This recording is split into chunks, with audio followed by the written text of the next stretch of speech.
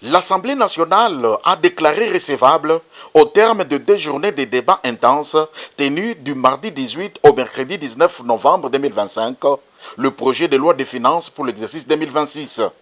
Les échanges qui ont duré plus de 6 heures ont permis aux députés de scruter en profondeur les priorités du gouvernement et de proposer des pistes d'amélioration pour un budget jugé stratégique. Présenté en équilibre tant en recettes qu'en dépenses, le budget 2026 s'élève à 59 021 milliards de francs congolais. Il marque une hausse de 16% par rapport au budget rectificatif 2025 arrêté à 50 692 milliards de francs congolais. Cette progression, selon le gouvernement, reflète l'ambition de renforcer la capacité de l'État financier, les services publics essentiels, à soutenir la croissance et à poursuivre la modernisation du pays. Devant les élus nationaux, Judith Soumino Toulouka a exprimé sa satisfaction quant à la qualité des débats et la pertinence des recommandations formulées par les députés. À la Première ministre, que la loi des finances est une loi très importante pour nos électeurs. Et c'est une loi qui doit répondre aux besoins primordiaux de nos populations. Mais fort et malheureusement, nous constatons avec amertume que cette loi ne répond pas aux besoins primordiaux de la population.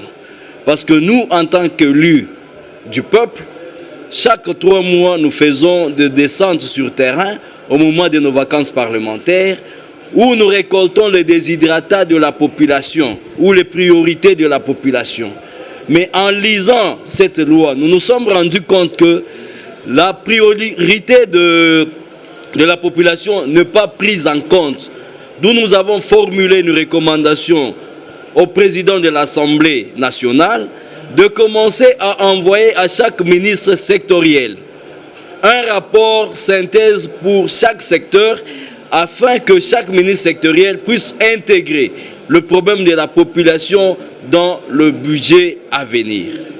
Nous avons demandé aussi, je suis aussi inquiet de retrouver dans la loi de finances où un crédit est arrêté pour la construction de ports dans le Lualaba, dans tout le territoire de ma province. Pourtant, dans le Lualaba, nous n'avons pas de rivières navigables. Nous n'avons pas de lacs navigables. Je me pose la question, où est-ce que ces ports seront construits? Pour le Lualaba, sur le plan infrastructurel, nous voudrons la construction de la RN39, qui est une route nationale qui traverse tout le 5 territoires de la province et même les 2 villes. C'est une route qui débouche vers la République d'Angola, une république sœur, qui débouche aussi dans la province du Grand Kasaï, du Kasaï central. Vous verrez que tous les gens de Luiza viennent s'approvisionner du carburant qui vient de l'Angola et même ceux-là qui sont dans la province de l'Omami. C'est pourquoi chez nous, nous avons demandé qu'un crédit soit alloué pour la construction de la RN39. Nous avons aussi dit au chef de gouvernement, moi je viens d'une province minière où l'artisanat minier est là comme activité principale qui stabilise l'économie de ma ville. Voilà que le ministre de Mines est dans le Lualaba et il a promis aux creuseurs 65 zones d'exploitation artisanale.